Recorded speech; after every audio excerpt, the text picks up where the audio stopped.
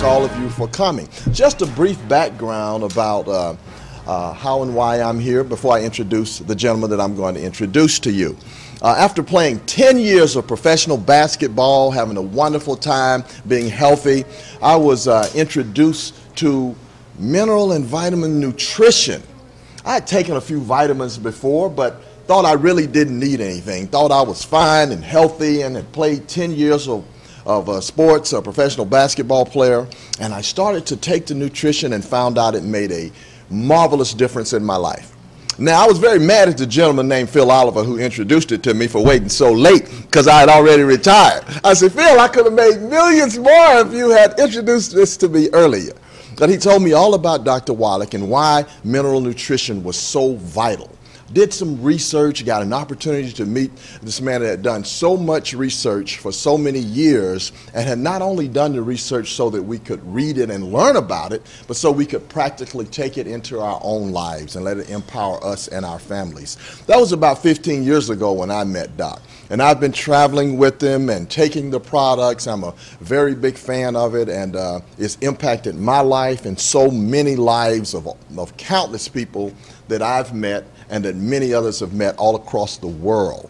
So we kind of formed this family. And I'm glad to have you all as a part of it, glad to have Brandy and all of you to be here today. Now, Doc started work, as you know, Doc has a background that's very diverse. And Doc is very good at many different things. Of course, you know, he grew up on a farm where he had to learn about animals and what they eat and how to keep them healthy and so that they're productive. And so he took that and went on to college in Missouri and studied agriculture and became a veterinarian. And later, of course, Doc became a pathologist where he did all of these studies and traveled all around the world with Mutual of Omaha and learning why animals die, why humans die, did autopsies. So he learned to approach the problem from many different angles. And I think that is part of a solution in life. Somebody once said if your only tool is a hammer, everything looks like a nail. You know? So, but if you got a lot of different tools, you probably see problems in a lot of different ways and solutions in a lot of different ways. So Doc did a marvelous job of taking all of these solutions of counteracting diseases and illnesses. Of course, he was a physician for over 12 years. He's an acclaimed author, a speaker, and has done so many wonderful things as an entrepreneur and a business person that has made all of this accessible to us. And it really started in Atlanta years ago. Doc was doing a lot of work on cystic fibrosis. He was working at Emory. He was doing just a lot of phenomenal, groundbreaking work. So Doc did a lot of wonderful things outside of the loop that he was in. But now it's kind of coming back full circle. And he's been rewarded a very prestigious award for his work in selenium and all of the things that he's done to keep us healthy and impact all of our lives. And I'm not going to take up very much more of your time, and I'm going to have to leave very shortly.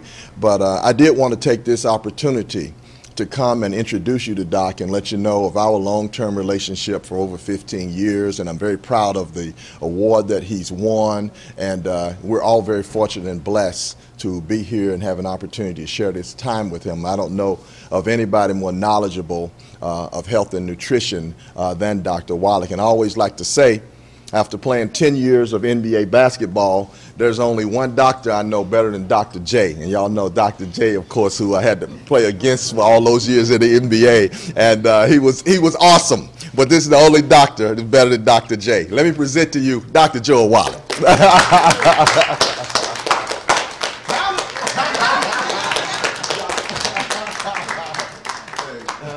Thank you so much, Mike. And I really appreciate that. Man, to be competing with Dr. J. Okay, appreciate that. Appreciate all the kind words from yourself. And like Mike says, we've been working together for 15 years, not only in the Atlanta community, but the world. And so it's been a great thing. So at any rate, just to kind of complete the story that Mike started for you, as he pointed out, my background is different. I have a degree in agriculture, and in animals we don't have health insurance like we do for people. So we had to learn how to just get rid of the problem. There was no stringing things along over time and paying for what we call palliative treatment, where you just treat the symptoms. We had to get rid of the problem because agriculture is an economic industry, no health insurance for animals, right? And everything comes down to, as Mike said, again, production. More weight, more volume of milk, more eggs per pound of feed. That's the only way you could survive in the agricultural industry. So we became very interested and very knowledgeable about nutrition and how it actually prevented as many as 900 different diseases and could triple lifespans of animals as opposed to pharmaceuticals and surgery. The situation was during the 1970s, actually was part of a big National Institutes of Health grant, which is called the Center for the Biology of Natural Systems out of Washington University in St. Louis, Missouri. And I was actually in Africa working on a big conservation project with white rhino and elephant.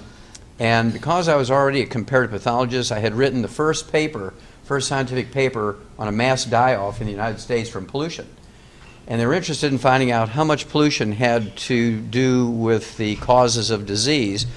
And I was the only guy who'd written a paper on it, so they called me back out of Africa to be the essentially the scientific director and the pathologist on the project. And I was supposed to do autopsies of zoo animals that died in the big zoos around the United States. What I found out was that every animal and every human being who dies of natural causes dies of a nutritional deficiency disease. And the book that came out of that's 1,200 pages. It's in the Smithsonian Institute as a national treasure, so I'm very, very proud of that work.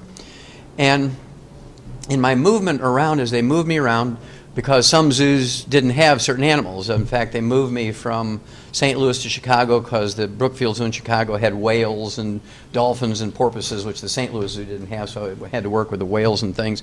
And then they moved me out here to the Yerkes Primate Center in Atlanta because of all the different primates. They had all the different types of monkeys and great apes and things. And they wanted me to work on that. And to make a long story short, I accidentally ran into something I'd never seen before. Turned out to be cystic fibrosis in these monkeys. The most significant accidental finding in laboratory primates in the 20th century. The information got to Dr. Schrauzer, who's the head of this organization that has given us this award. And I say us because it's been a team effort, including all of yourselves. The 2011 Klaus Schwarz Commemorative Medal.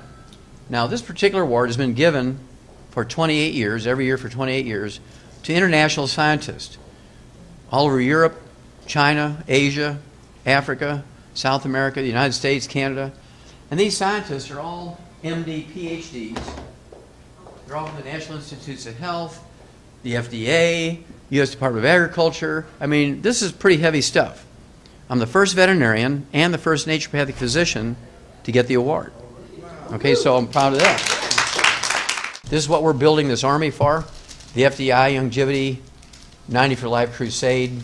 And if you listen to the radio program or if you get online and listen to the streaming, you'll hear me talk about this 90 for Life crusade to save America through saving our kids.